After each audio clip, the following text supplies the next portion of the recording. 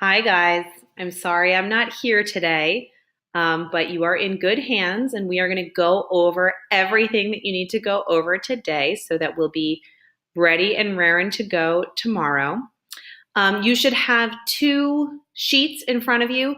One is a two-page packet. It's the packet in front of you.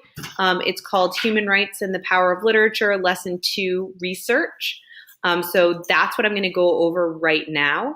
But you will also have a sheet of paper that is about generating questions, and that's what you're going to do after you watch this video and after you kind of get all this information. So as you guys know, we are pivoting today from looking at your literary texts, either memoirs or novels, about a human rights crisis or a genocide, and we're going to start researching that event in its historical aspects and kind of how it functioned for more than just the families or individuals that you read about, but to look at it as a broader historical event. So we are at this conduct research on a historical genocide or other human rights crisis phase in the process. The ultimate goal is to share that research through a visual presentation, a poster, and through a gallery walk. And as we talked about, many of these events we don't know a whole lot about. We're not taught about them in school, but they are really important. And we want you to do this research not just to educate yourselves, but so that you can share more widely and with your peers and with some younger students about these events, because we think they're really important. So what we're really going to be focusing on is gathering sources, creating an annotated bibliography so that you can keep track of your sources and use them effectively, and then synthesizing the information in them. So let me go through what this process is going to look like. You've got steps in the research process towards the bottom of that first page. The first thing you're going to do is you're going to generate questions about your event. And that's what you're going to do today at the end of this video. I'm going to give you a bunch of different kinds of questions you can ask. And you probably already have some questions from your book, things that you either don't understand or wonder about, or you want to be able to put things in a broader context, but also maybe understand some of the nitty-gritties that you didn't understand when you were reading your book. Tomorrow, we're going to work on creating an annotated bibliography. So you're going to make a shared Word document amongst all the people in your group so that everybody in your group can contribute with the articles and information that they're finding, and that can kind of be a central location for you to pool your knowledge. You're going to start locating and reading sources. I have some suggestions for sources at the end of this packet, so you'll be able to look at those. You're going to add those sources to your annotated bibliography. So you're going to put the citation up at the top. You're going to see that green sheet, figure out how to do that. And under each citation, you're going to include a brief summary of the source, and you're going to keep it organized in alphabetical order. One of the things that you're going to do is before we leave for break, you're going to print 2 or 3 articles. So you have them to read over break. You won't need access to the internet if you don't have it. You're going to read and annotate them so that when you come back, you can throw those right into your annotated bibliography. And at that point, you, combined with your group, should have between 8 and 12 sources, which is really about how many you're going to need for this project. And then at the end, we are going to have a quiz. I will show you the calendar in a second. Your quiz is going to be taking place on the Wednesday after break, the 25th. That should say Wednesday. Whoops. So if it says Tuesday on your handout, cross it out. And these are going to be the questions on your quiz. You're going to have access to your annotated bibliography. You're going to be able to reference that so that you're citing sources appropriately and you have the details. So it's not about memorizing that information.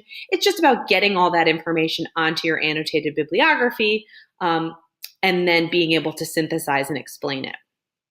So you've all got a calendar in your sheet.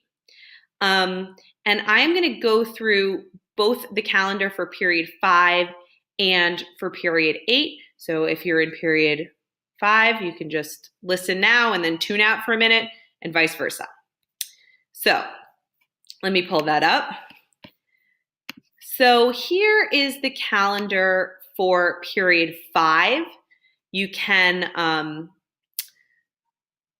copy this down.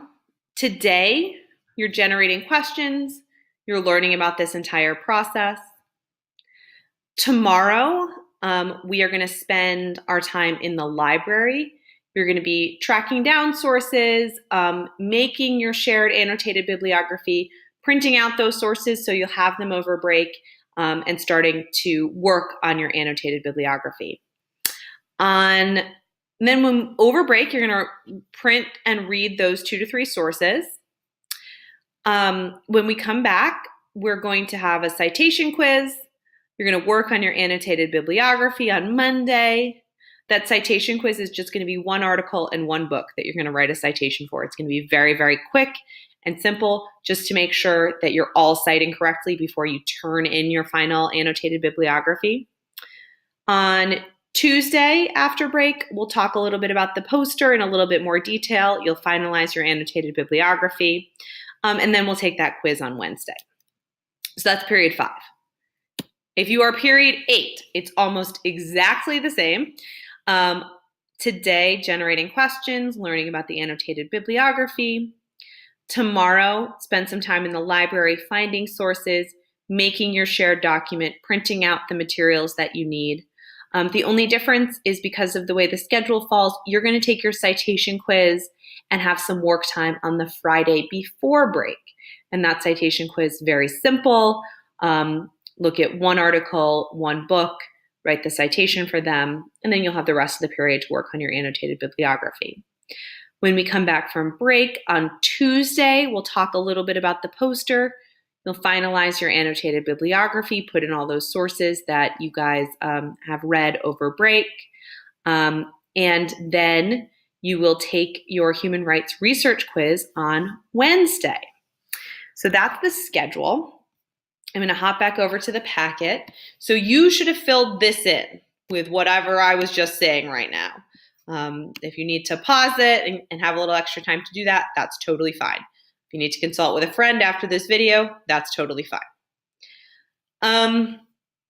These are some important words and concepts that might be helpful for you as you're working through your research. These are a list of the places that we want you to look for your research. We don't want you to just go onto Google and start Googling like crazy. These sources are going to be really useful. They're credible. The top list here is all human rights organizations, organizations that take the work of human rights and preventing genocide very seriously. So they have lots of good information on them, credible information. Down here, we also have recommended news organizations, and I'll talk a little bit more about which news organizations are going to be the most useful for you. I would recommend something like National Public Radio or Time or Newsweek to start, just because they do a good job of writing articles that are both accessible, but also give you the background information, right? Sometimes New York Times is great, but they go really in depth, though sometimes that's perfect. And CNN is good for up to the minute news, but not always super detailed. That's my works cited.